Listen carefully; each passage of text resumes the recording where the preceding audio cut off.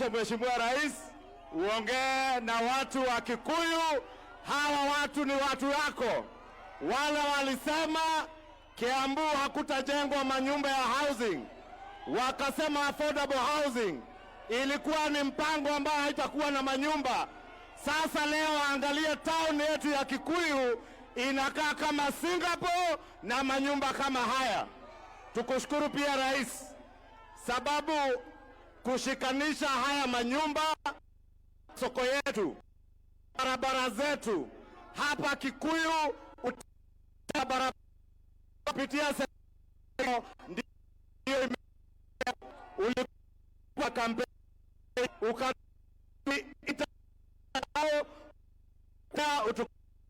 utukamilishie hiyo interchange. Your Excellency, ukiangalia sasa inaenda kuisha, na tunakushukuru sana kwa hii maendeleo yote, na tukuambie mwaka ujao, mwaka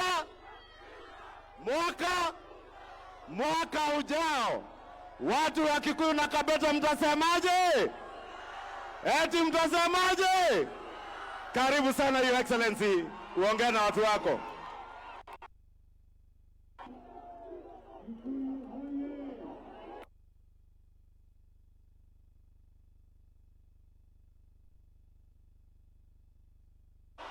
Mambo Waswahili wanasema hayawi yamekuwa ama bado?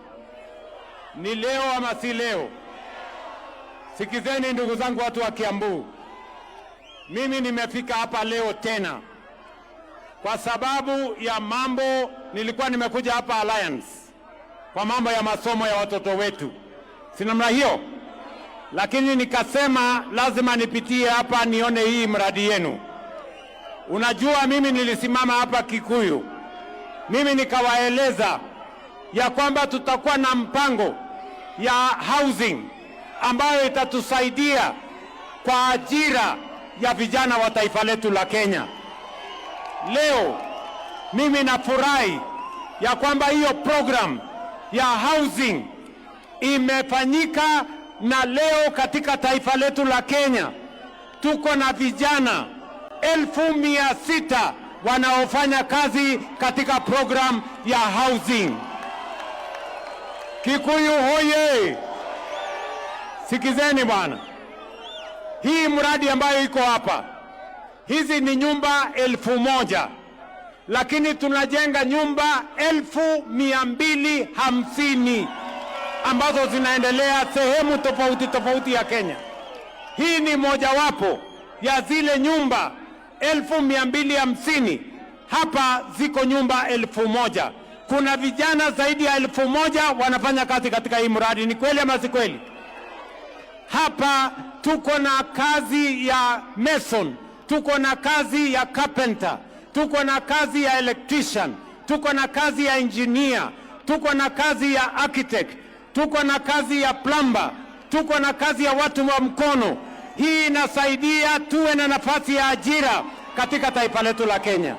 Vijana hoye! Vijana hoye! Mnasema tuendelee na kazi ama tuendelee bwana? Tuendelee ama tuendelee? Sikizeni, hapa Kiambu, ile nyumba tunajenga Kiambu peke yake ni nyumba 17,000.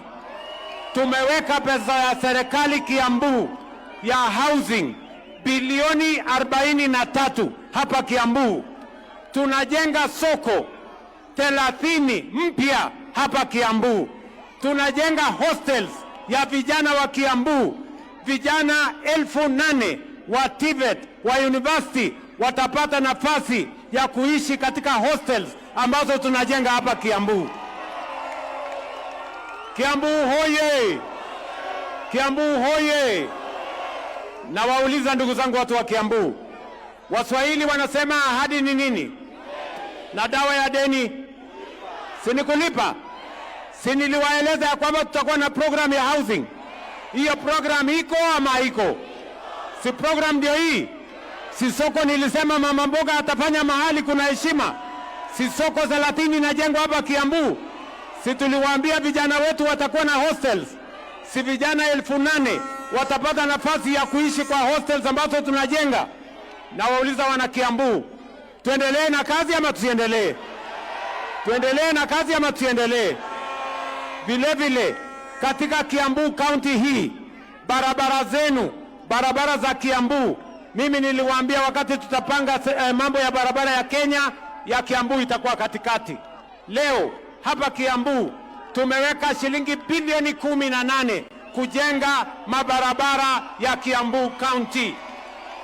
Hizo barabara zinaendelea. Hii Gitaru Exchange, hapa Gitaru Exchange, si hapa niliwaahidi hii kazi tutamalizia? Si munaona ni karibu inamalizika? Hiyo Gitaru tutamaliza. Northern Bypass tutatengeneza.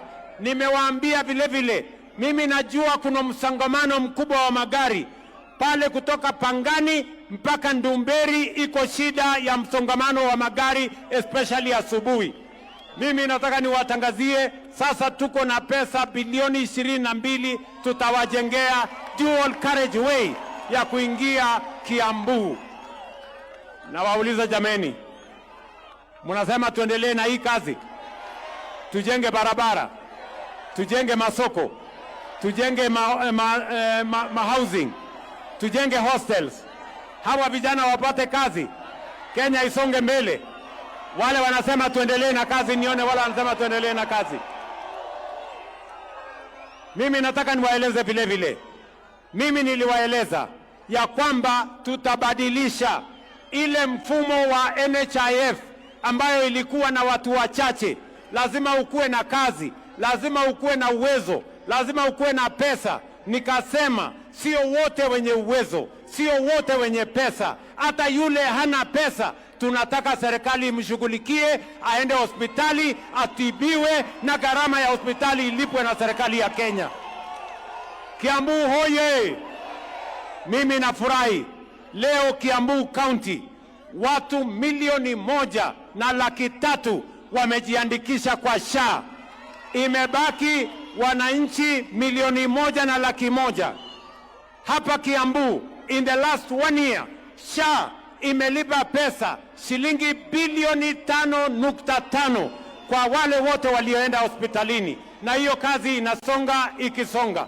Leo ukienda kwa kijiji, ukienda kwa mtaa, utapata mtu amelipiwa na SHA, utapata fulani amelipiwa na SHA, utapata fulani amelipiwa na SHA. Ni kweli ama si kweli bwana? Ni kweli ama si kweli? Na ndio tulisema hatutaki mambo ya matibabu iwe ni starehe ya watu matajiri ama wale wako na kazi ama wale wako na uwezo. Matibabu iwe ni haki ya kila Mkenya. Ndugu zangu watu wa Kiambu bwana, sijui kama tunaelewana, sijui kama tunaelewana. Sasa niwaulize Kiambu hoye, niwaulize sasa, mnaona hii kazi, hii ni kazi ya miaka miwili, 2 years. Si mnajua kulikuwa na kizungumkuti wakati tulikuwa tunatengeneza sheria, kulikuwa na maandamano na mambo mengine. Si tuliambiwa haiwezekani? Si tuliambia tunasema uongo? Leo hii kazi mnaona hapa ni kazi ya miaka 2. Sasa niwaulize, miaka 5 itakaa namna gani? Miaka 10 itakaa namna gani? Miaka 20 itakaa namna gani? Itakuwa Singapore ama haitakuwa Singapore? Mumeona dalili ya Singapore? Mumeona dalili ya Singapore? Watu wakienda Singapore wanaona magorofa 30, magorofa 50. Hiyo magorofa ya Singapore haikumea, ilijengwa vile tunajenga yetu hapa Kikuyu. Na ndio mimi nawaambia Wakenya, tuko na nafasi ya kihistoria kubadilisha taifa letu la Kenya.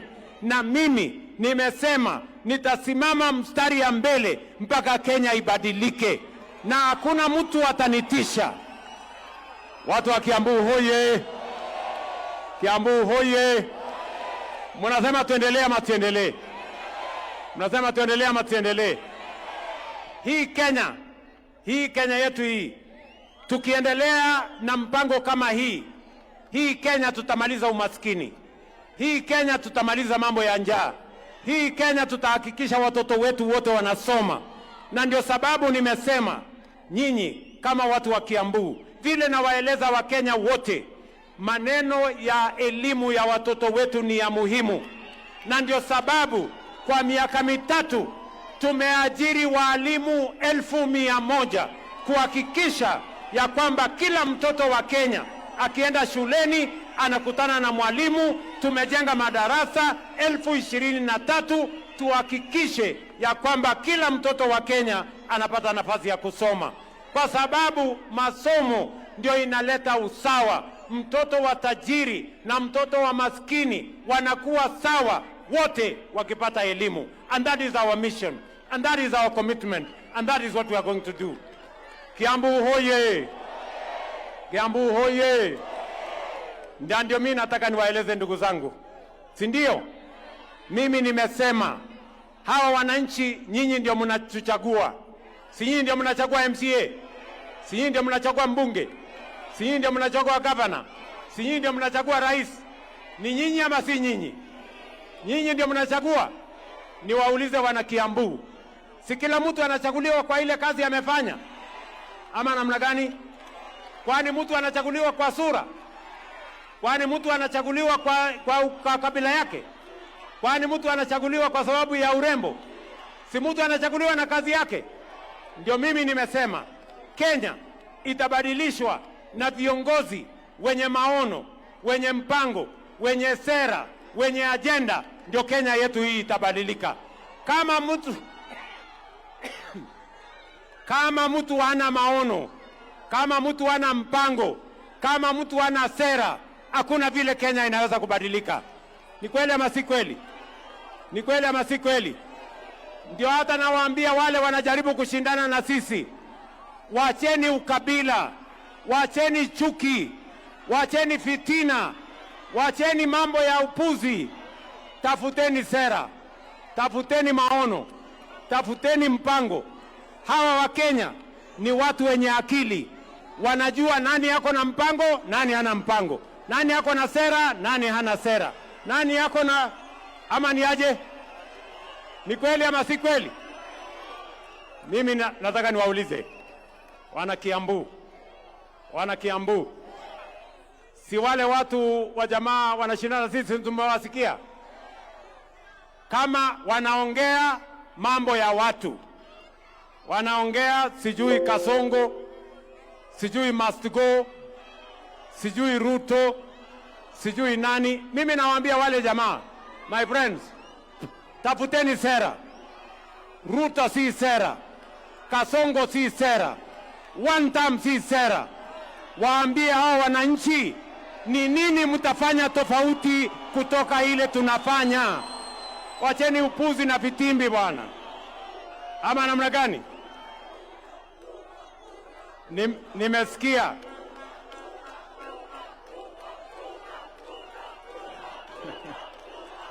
sikia bana, wacha niseme nisiseme?